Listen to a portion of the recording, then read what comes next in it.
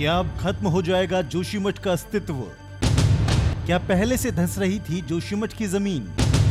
इसरो की सैटेलाइट तस्वीरों का बड़ा खुलासा। अगर मैं आपसे कहूं कि उत्तराखंड में इस वक्त सभी का केंद्र बना जोशीमठ पहले से ही हर साल लगभग 6.62 यानी करीब 2.60 इंच धंस रहा था, तो शायद आप हैरान हो जाएं।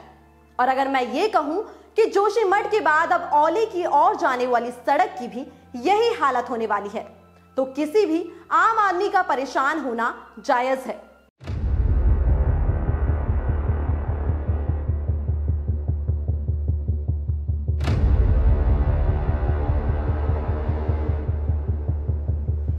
कहते हैं मानवता की रक्षा के लिए जब भगवान विष्णु कल्कि का अवतार लेंगे तो कलयुग खत्म हो जाएगा।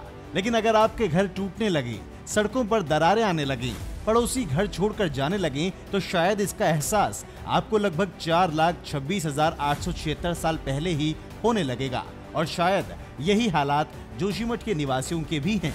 मुफलिसी की जिंदगी जी रहे जोशीमठ के लोग अब अपने अजीज घरों से महरूम होने लगे हैं और वो अब परेशानी में हैं, समस्या में हैं और हालातों से जूझने को मजबूर हैं।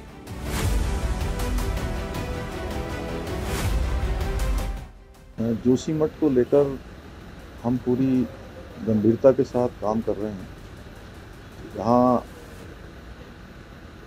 हमारा पहला काम है कि जो भी लोग उस खतरे की जद में आ रहे हैं, लगभग 600 परिवार ऐसे हैं जो जहाँ से पानी का रिसाव हो रहा है, जहाँ पर दरारें पड़ रही हैं, उस एरिया में सबसे पहले उनकी सबकी जान माल की सुरक्षा हो, सबको ठीक स्थानों पर लाया जाए और जो भी बचाव के लिए ज़रूरी हो वो सब करने के लिए वहाँ पर आपदा प्रबंधन के हमारे सचिव और कमिश्नर लगातार कैंप कर रहे हैं।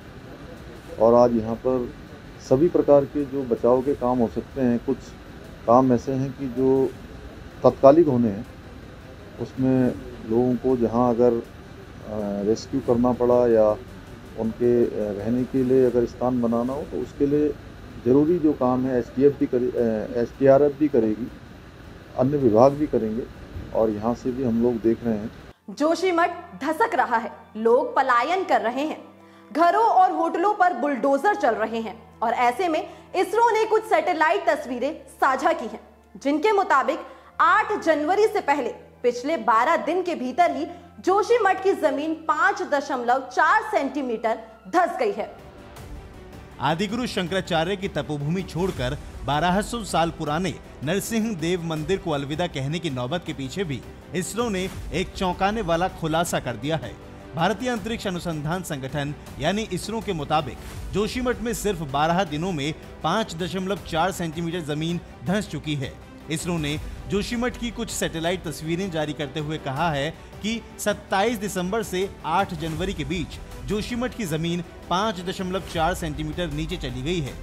इसके अलावा इसरो ने रिपोर्ट में यह भी कहा है कि यह घटना 2 जनवरी 2022 से शुरू हुई थी।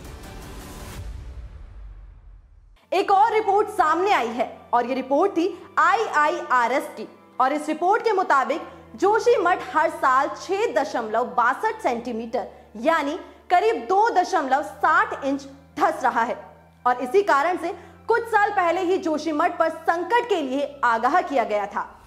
जानकारी के मुताबिक IIRS ने करीब 2 साल की सैटेलाइट तस्वीरों का अध्ययन करने के बाद ये रिपोर्ट तैयार की है।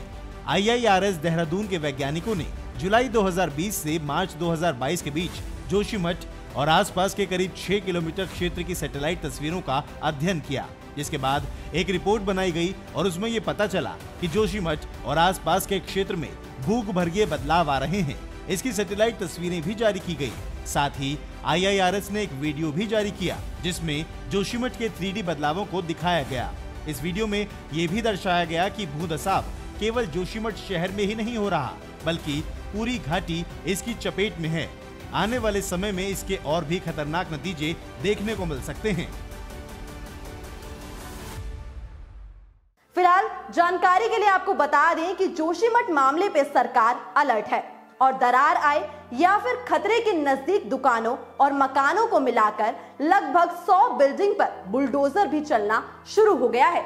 लेकिन स्थानीय लोगों के साथ पूरा भारतवर्ष सिर्फ यही दुआ करने में लगा है कि लाखों की आबादी वाला ये मठ एक बार फिर से चैन की सांस ले सके।